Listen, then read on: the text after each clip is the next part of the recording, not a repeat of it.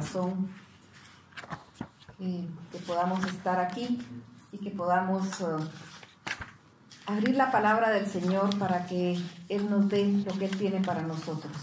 Lo hemos alabado, lo hemos glorificado, le hemos dicho cuánto lo amamos. Y ahora vamos a abrir la palabra para que Él nos dé lo que tiene para nosotros. El tema del mensaje de hoy, como decía Mario, es bástate mi gracia. Vamos a orar.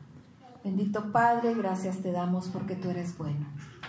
Gracias por tu amor, gracias porque estás con nosotros, gracias porque nos cuidas, gracias por este día, Señor. Gracias, Padre, por tu bondad, porque tú recibes como un olor grato y fragante el culto que ofrecemos ante ti. Gracias por tu palabra, Señor, porque a través de tu palabra tú nos enseñas.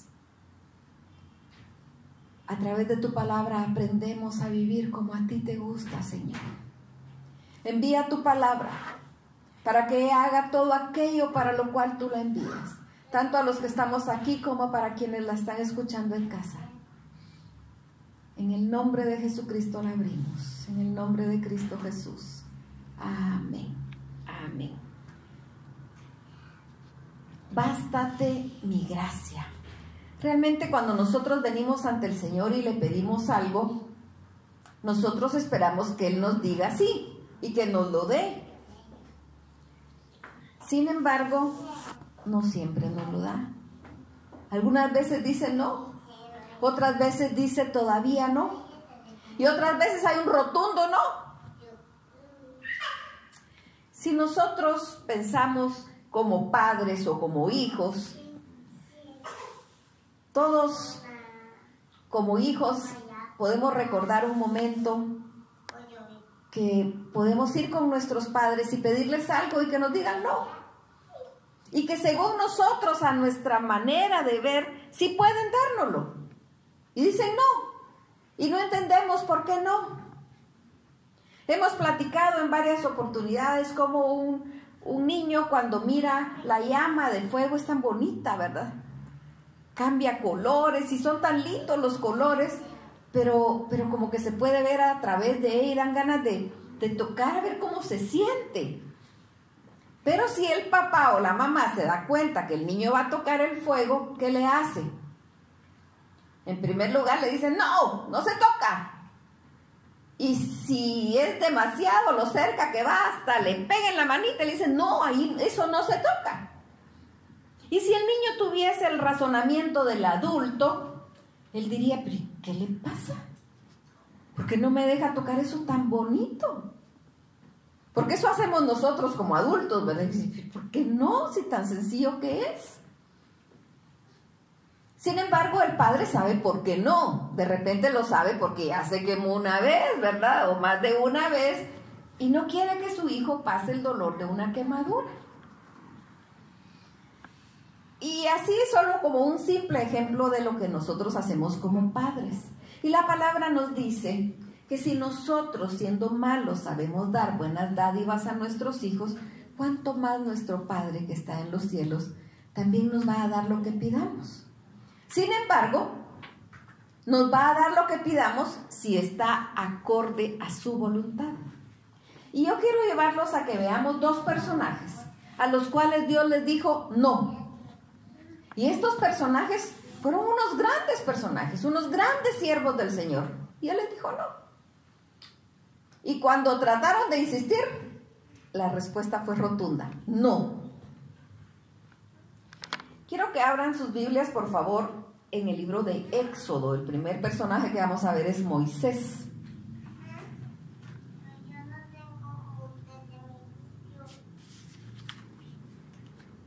Éxodo, capítulo 20.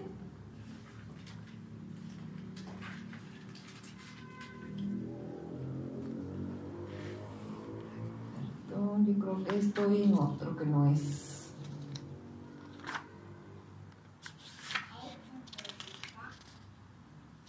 En algo tengo aquí cambiado el número.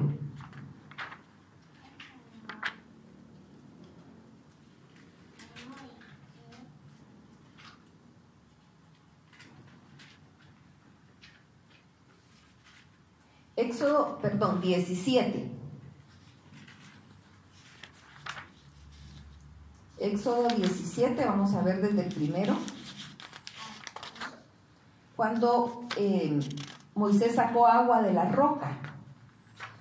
Dice: toda la congregación de los hijos de Israel partió del desierto de Sin por sus jornadas conforme al mandamiento de Jehová, y acamparon en Refidim, y no había agua para que el pueblo bebiese. Y altercó el pueblo con Moisés y dijeron: danos agua para que bebamos. Y Moisés les dijo: ¿por qué altercáis conmigo? ¿Por qué tentáis a Jehová? Así que el pueblo tuvo ahí sed y murmuró contra Moisés y dijo: ¿por qué nos hiciste subir de Egipto para matarnos de sed? A nosotros, a nuestros hijos y a nuestros ganados. Entonces clamó Moisés a Jehová diciendo: ¿qué haré de este pueblo? De aquí a poco me apedrearán. Y Jehová dijo a Moisés: pasa delante del pueblo y toma contigo a los ancianos de Israel, y toma también en tu mano tu vara con que golpeaste el río y ve. He aquí que yo estaré delante de ti sobre la peña en Horeb, y golpearás la peña y saldrán de ella aguas y beberá el pueblo. Y Moisés lo hizo así en presencia de los ancianos de Israel, y llamó el nombre de aquel lugar Masá y Meriba, por la rencilla de los hijos de Israel, y porque tentaron a Jehová diciendo: ¿es pues Jehová entre nosotros o no? El pueblo estaba atormentado, estaba en el desierto, tenía sed. Y entonces empezaron a decir: tenemos sed, tenemos sed. ¿Qué hacemos nosotros cuando nuestros hijos tienen sed? Tenemos que ver cómo hacemos para conseguir agua. Entonces tal vez no nos atormentamos tanto por nosotros como por nuestros hijos, que están exigiendo, que tienen sed. Y el pueblo atormentaba a Moisés, y Moisés les dice: pero no me atormenten a mí. ¿Por qué pelean con Dios? Porque empiezan a decir: ¿por qué nos sacaste de Egipto para traernos aquí a morirnos de sed? Y podemos ver cómo el pueblo más de una vez hizo eso con Moisés. Y el pobre Moisés estaba atormentado. En el libro de Números, capítulo 20, nos habla siempre de esto. Y dice: llegaron los hijos de Israel, toda la congregación, al desierto de Sin en el mes primero, y acampó el pueblo en Cades, y ahí murió María, y ahí fue sepultada. Y porque no había agua para la congregación, se juntaron contra Moisés y Aarón, y habló el pueblo contra Moisés diciendo: ojalá hubiéramos muerto cuando perecieron nuestros hermanos delante de Jehová. ¿Por qué hiciste venir la congregación de Jehová a este desierto, para que muramos aquí nosotros y nuestras bestias? ¿Y por qué nos has hecho subir de Egipto para traernos a este mal lugar? No es de sementera, de higueras, de viñas, ni de granadas, ni aún de agua para beber. Y se fueron Moisés y Aarón delante de la congregación a la puerta del tabernáculo de reunión, y se postraron sobre sus rostros, y la gloria de Jehová apareció sobre ellos. Y habló Jehová a Moisés diciendo: toma la vara y reúne a la congregación, tú y Aarón tu hermano, y hablad a la peña a vista de ellos, y ella dará agua. Y les sacará aguas de la peña, y darás de beber a la congregación y a sus bestias. Entonces Moisés tomó la vara de delante de Jehová, como él le mandó, y reunieron Moisés y Aarón a la congregación delante de la peña, y les dijo: oíd ahora, rebeldes, ¿os hemos de hacer salir agua de esta peña? Entonces Moisés alzó su mano y golpeó la peña con su vara 2 veces, y salieron muchas aguas, y bebió la congregación y sus bestias. Y Jehová dijo a Moisés y a Aarón: por cuanto no creísteis en mí, para santificarme delante de los hijos de Israel, por tanto no meteréis esta congregación en la tierra que les he dado. Estas son las aguas de la rencilla por las cuales contendieron los hijos de Israel con Jehová, y él se santificó en ellos. Imaginémonos lo que estaba viviendo Moisés como líder. Logra sacar al pueblo de Egipto con portentos y señales de parte del Señor, con las plagas que llegaron al pueblo de Egipto. Lo sacó, atravesaron el mar, pero ahora no había agua. Y el pueblo empieza a exigirle, y él era el líder y no hallaba qué hacer. Y entonces va con el Señor y él le dice: toma la vara y reúne la congregación, tú y Aarón tu hermano, y hablad a la peña a vista de ellos, y ella dará agua. Pero después dice que reunieron Moisés y Aarón a la congregación delante de la peña y les dijo: oíd ahora, rebeldes, ¿os hemos de hacer salir agua de esta peña? De plano la congregación dijo que no, ¿verdad? Entonces alzó Moisés su mano y golpeó la peña con su vara 2 veces. Dios le dijo: le vas a hablar a la peña. Y Moisés golpeó 2 veces la peña. Y en Hebreos nos dice que esa peña, que esa roca era Jesucristo. Así dice Hebreos.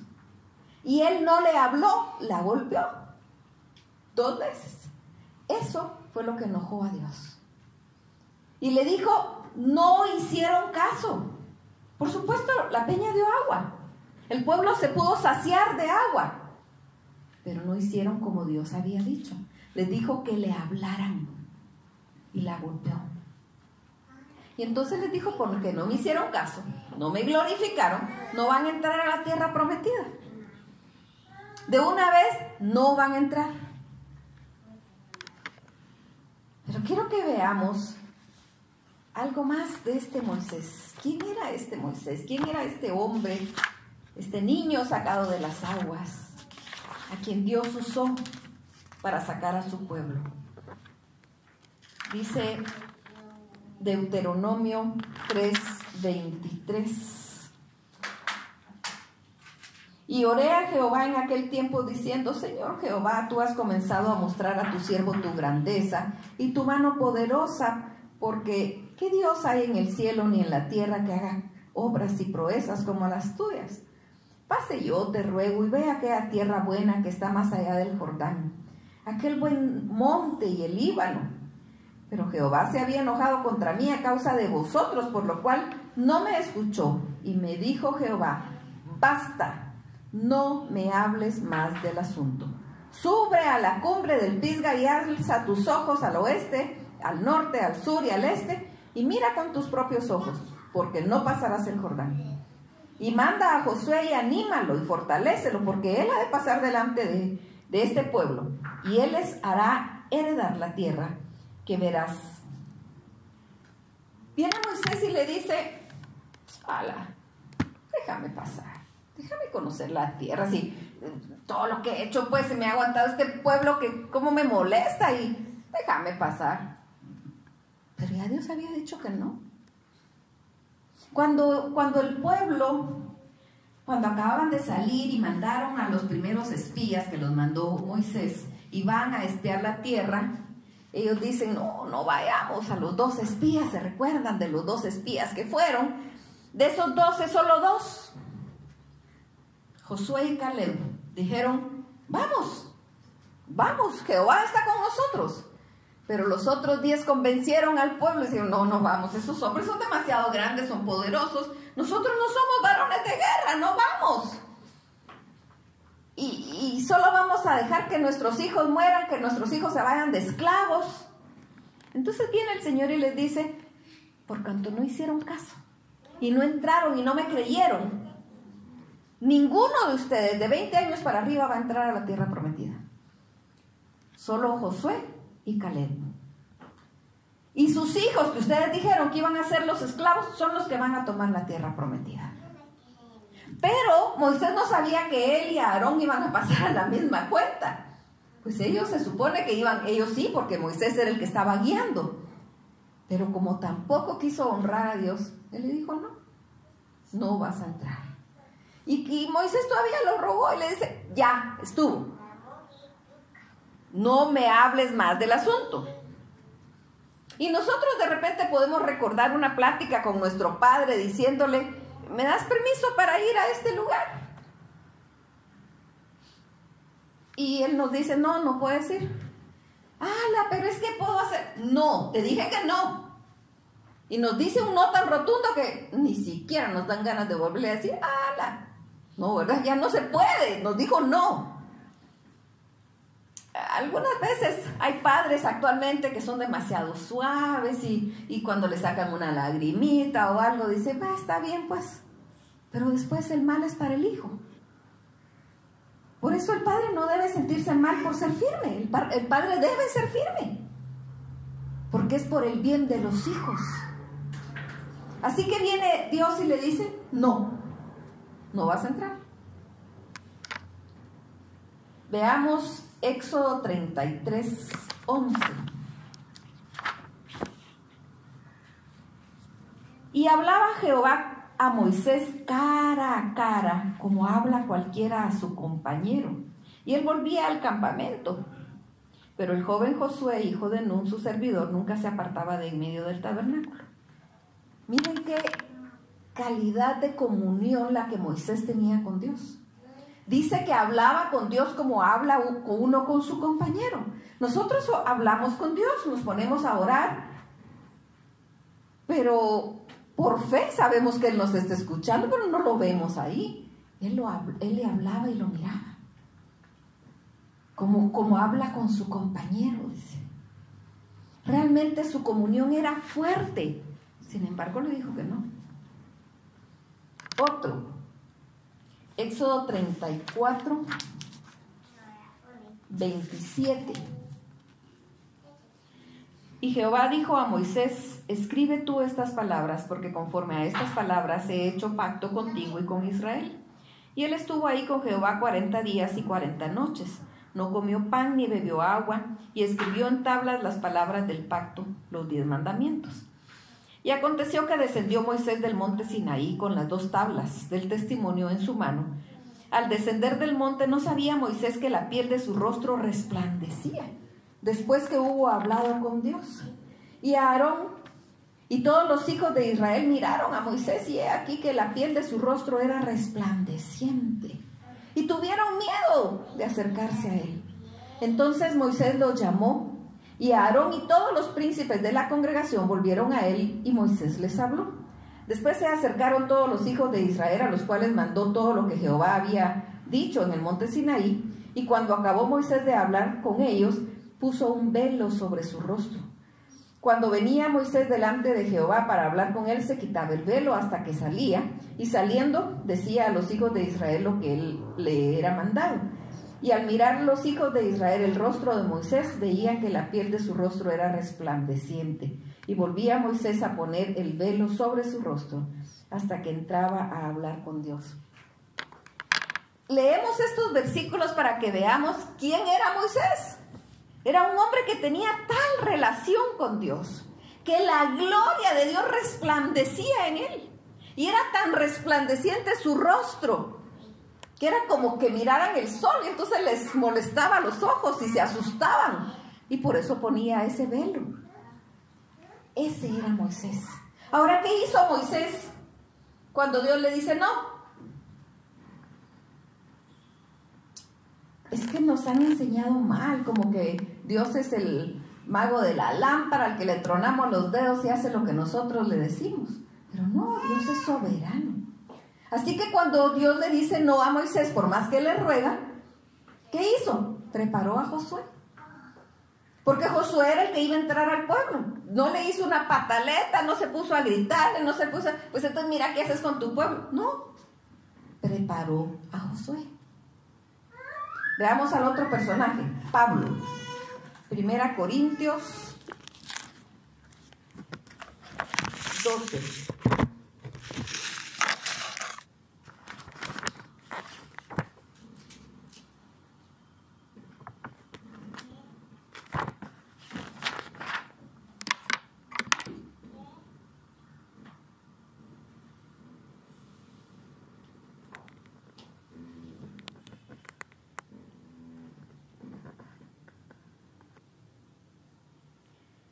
No quiero, hermanos, que ignoréis acerca de los dones espirituales. Sabéis que cuando eras gentiles se os extraviaba llevándoos como se os lleva a los ídolos mudos. Por tanto, os hago saber que nadie que hable por el Espíritu de Dios llama anatema a Jesús, y nadie puede llamar a Jesús Señor sino por el Espíritu. Ahora bien, hay diversidad de dones, pero el Espíritu es el mismo, y hay diversidad de ministerios, pero el Señor es el mismo. Y hay diversidad de operaciones, pero Dios que hace todas las cosas es el mismo. Aquí el apóstol Pablo está escribiendo inspirado por Dios y él estaba hablando de estos dones porque era en lo que él vivía.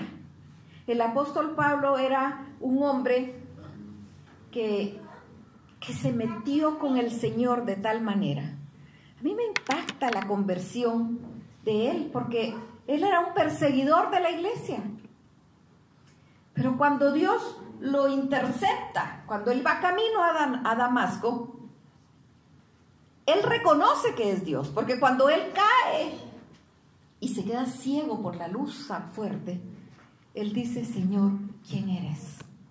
Y él le dice: yo soy Jesús a quien tú persigues. Y él a quien perseguía era la iglesia, porque la iglesia es el cuerpo de Cristo. Así que al perseguir a la iglesia se está persiguiendo al mismo Jesús. Y él le dice: yo soy Jesús a quien tú persigues. Pero cuando viene y le dice a Ananías: ve y vas a ir, porque ahí está Saulo de Tarso, y le vas a ir a hablar porque él estuvo en visión que tú llegabas. Pero Ananías sabía quién era Saulo y le dice: ¿cómo que me vas a mandar ahí? Pues te va a matar, ¿verdad? Estaban en plena persecución.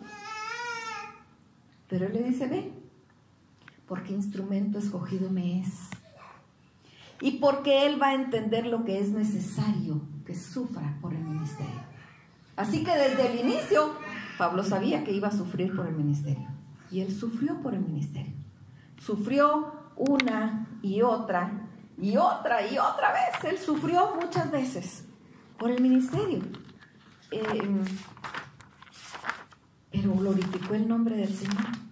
Pero mostró al Señor, enseñó al Señor, vivió la palabra. Vámonos al libro de los Hechos, donde nos habla de los Hechos de los Apóstoles, capítulo 19.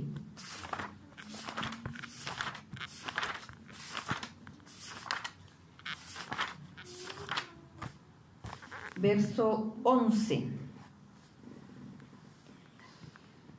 Y hacía Dios milagros extraordinarios por mano de Pablo, de tal manera que aún se llevaba a los enfermos los paños o delantales de su cuerpo, y las enfermedades se iban de ellos y los espíritus malos salían.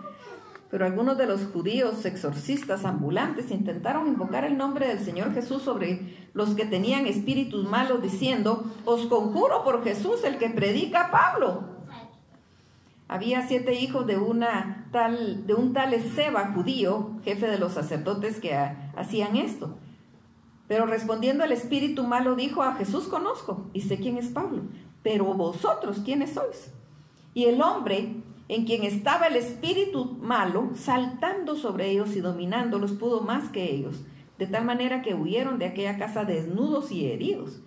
Y esto fue notorio a todos los que habitaban en Éfeso, así judíos como griegos, y tuvieron temor todos ellos, y era magnificado el nombre del Señor Jesús. Y muchos de los que habían creído venían confesando y dando cuenta de sus hechos. Asimismo, muchos de los que habían practicado la magia trajeron los libros y quemaron delante de todos, y hecha la cuenta de su precio hallaron que era 50,000 piezas de plata. Así crecía y prevalecía poderosamente la palabra del Señor. Este era Pablo. Miren qué impactante, que dice que los paños que él usaba, no sé, tal vez para secarse el sudor o qué sé yo, los delantales, dice, la gente andaba buscándolos para llevarlos y ponerlos a los enfermos, y los enfermos sanaban. Era tal el poder de este hombre, no era cualquiera, pues la relación que él tenía con Dios era fuerte, era grande. Veamos también Hechos 16, 23. Después de haberles azotado mucho, los echaron en la cárcel, mandando al carcelero que los guardase con seguridad, el cual, recibido este mandato, los metió en el calabozo de más adentro y les aseguró los pies en el cepo. Pero a medianoche, orando, Pablo y Silas cantaban himnos a Dios, y los presos los oían. Entonces sobrevino de repente un gran terremoto, de tal manera que los cimientos de la cárcel se sacudían, y al instante se abrieron todas las puertas y las cadenas de todos ellos se soltaron. Despertando el carcelero y viendo abiertas las puertas de la cárcel, sacó la espada y se iba a matar, pensando que los presos habían huido. Mas Pablo clamó a gran voz diciendo: no te hagas ningún mal, pues todos estamos aquí. Él entonces, pidiendo luz, se precipitó adentro y temblando se postró a los pies de Pablo y de Silas, y sacándolo les dijo: señores, ¿qué debo hacer para ser salvo? Ellos dijeron: cree en el Señor Jesucristo y serás salvo tú y tu casa. Los tomaron porque ellos estaban predicando el evangelio. Los azotaron no porque eran delincuentes, porque decían que Jesucristo era el Mesías. Ese era el gran pecado. Los azotaron y los metió el carcelero en el calabozo más profundo. Eran lugares húmedos. Dice que ató sus pies con cepos. Pero no nos dice después que Pablo y Silas se pusieron a decir: alá, Señor, qué pura lata, yo te estoy sirviendo y ¿en dónde nos tienes? Pues nos golpearon y ya no te vamos a servir. No. Dice que ellos se pusieron a alabar a Dios con sus heridas, amarrados de los pies, no tenían libertad de moverse en un lugar espantoso, en un lugar húmedo, donde de repente las heridas se les iban a infectar. Pero en lugar de reclamarle a Dios por lo que estaban viviendo por causa del evangelio, lo alabaron. Y lo alabaron de tal manera que se produjo un terremoto. Pero miren qué terremoto más extraño, porque el terremoto bota los cimientos fuertes, digamos, los que están rígidos. Pero una cadena está formada por eslabones. Y por más que nosotros azotemos la cadena, no se va a romper, porque los eslabones se juegan, ¿verdad? Dice que las cadenas se abrieron, que los cepos se abrieron, que las puertas se abrieron. Eso no fue el terremoto quien abrió todo eso, fue el poder de Dios manifestado a través, cuando esas alabanzas tocaron el corazón del Señor. Es que por eso cuando nosotros alabamos, no cantemos solo por cantar.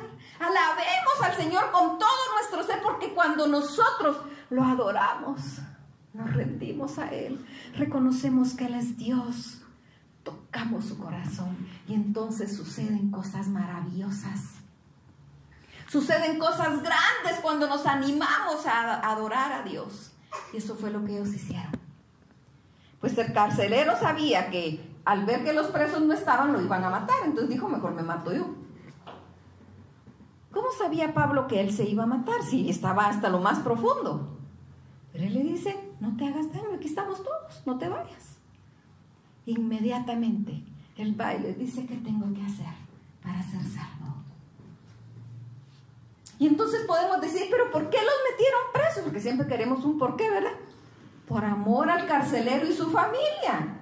Entonces Pablo y Silas podrían decir: pues por ellos me golpearon a mí, por ellos nos metieron. Ellos estaban dispuestos a todo.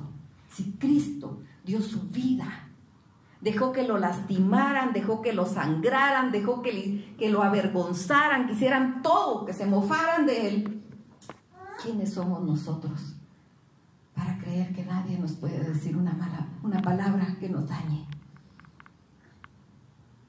Y ellos lo sabían. Por eso cuando este hombre llega, ellos le dicen: cree en el Señor Jesucristo y serás salvo tú y tu casa. Y esa sigue siendo una promesa para nosotros. Creemos en el Señor Jesucristo y serás salvo, seremos salvos nosotros y nuestra casa. Y seguimos tomándonos de esa promesa. Y luego el carcelero dice que se los llevó y curó sus heridas.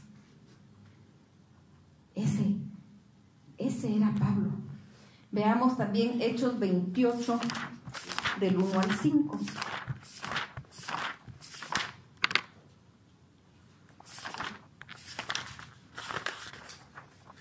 Estando ya a salvo, supimos que la isla se llamaba Malta. Esto fue cuando se dio el naufragio. Y los naturales nos trataron con no poca humanidad, porque encendiendo un fuego nos recibieron a todos a causa de la lluvia que caía y del frío. Entonces, habiendo recogido Pablo algunas ramas secas, las echó al fuego. Y una víbora, huyendo del calor, se le prendió en la mano. Cuando los naturales vieron la víbora colgando de su mano, se decían unos a otros: ciertamente este hombre es homicida. a quien escapando del mar la justicia no deja vivir, pero él sacudiendo la víbora en el fuego, ningún daño padeció. Ellos estaban esperando que él se hinchase y cayese muerto de repente, mas habiendo esperado mucho y viendo que ningún mal le venía, cambiaron de parecer y dijeron que era un dios. Llevaban presos en el barco y el barco naufragó. Y Dios le habló en el barco a Pablo y le dijo: no te preocupes, ninguno va a morir, los voy a guardar a todos. Y los llevan y llegan a esta isla que se llamaba Malta. Y lo muerde una serpiente. Los nativos del lugar sabían qué serpiente fue la que lo mordió y sabían que era venenosa, por eso estaban esperando que se hinchase y muriese. Y cuando vieron que lo mordió dijeron: de verdad que este sí que es homicida, ¿verdad? Pero cuando vieron que no le pasó nada, se dieron cuenta que era diferente. Ese era Pablo. Ahora, Pablo viene y les cuenta a los corintios y les dice: yo he visto muchas cosas, el Señor me ha mostrado muchas cosas, sin embargo, para que yo no me exalte y no crea que el poder mío, Dios me ha mandado un azote y no me lo quita. ¿Sabía él que se lo podía quitar Dios? Pues claro. Pero cuando le dijo: quítame esto, se lo he pedido 3 veces, dijo, Dios le respondió: bástate mi gracia, porque mi poder se perfecciona en tu debilidad. Así que necesitamos entender que Dios es soberano y que algunas veces dice no. ¿Qué hizo Pablo? Pues lo aceptó. ¿Qué hizo Pablo cuando llegó a Roma después de que lo llevaban aquí, después de ese naufragio, y estuvo preso 2 años y lo terminaron matando? Pues cuando estaba, ya sabía él que le iban a matar porque estaba la sentencia, y no era que él hubiera hecho algo malo, era por predicar el evangelio. Preparó a Timoteo. Y le dice: yo ya estoy para ser entregado, para llegar con el Padre. Encárgate tú, predica la palabra en tiempo y fuera de tiempo. Así que Moisés, en lugar de pelear con Dios, preparó a Josué. Pablo, en lugar de pelear con Dios, preparó a Timoteo. ¿Qué hacemos nosotros cuando Dios nos dice no? Por supuesto, el primer impacto es difícil porque estábamos esperando una respuesta y Él nos dio otra. Pues en ese momento que Él nos da otra, nos postramos ante el Señor y le decimos: Señor, no entiendo por qué la respuesta fue no, pero tú eres soberano. Señor, no entiendo por qué yo pensé que esto era fácil y que no había ningún problema. Pero necesitamos reconocer que Él es soberano, que Él conoce todo el panorama. Nosotros solo vemos el pedacito. Él conoce todo y Él sabe por qué nos dice no. Así como padres sabemos por qué les decimos no y a veces no sabemos por qué les decimos no a nuestros hijos. Dios, que es plenamente sabio, sabe por qué no. Así que si Moisés y si Pablo, que eran grandes siervos, Dios les dijo que no, también a nosotros nos puede decir que no. También a nosotros puede decirnos no y nosotros tenemos que aceptarlo. Dice Romanos 8:28: y sabemos que a los que aman a Dios, todas las cosas les ayudan a bien. Esto es, a los que conforme a su propósito son llamados. Sí, nos dice no entendemos, pero Él entiende. Y lo único que tenemos que saber es que es para nuestro bien, aunque no lo entendamos. Que es para nuestro bien, aunque no lo comprendamos, aunque no nos entre en la cabeza. Vamos a confiar en Dios. Bendito Padre. Tú eres soberano, Señor. Recibimos esas palabras duras de bástate mi gracia, cuando estábamos esperando otra respuesta. Pero reconocemos que tú eres soberano. Reconocemos que tú eres Dios. Reconocemos que no hay Dios fuera de ti. Y que tus pensamientos para cada uno de nosotros son de bien y no de mal. Trae tu paz, Señor. Trae tu paz sobre cada uno que ha recibido un no de parte tuya y está dolido de su corazón. Porque tu poder se perfecciona en nuestra debilidad. En lugar de altercar contigo, nos humillamos ante ti. Reconocemos que tú eres Dios. Te alabamos y te exaltamos, Padre. Ayúdanos en nuestra debilidad. Tú nos dices, no temas, yo te ayudo. Tú estás con nosotros, Señor. En ti confiamos, en ti esperamos. Gracias porque eres bueno. Glorifícate en nuestra debilidad.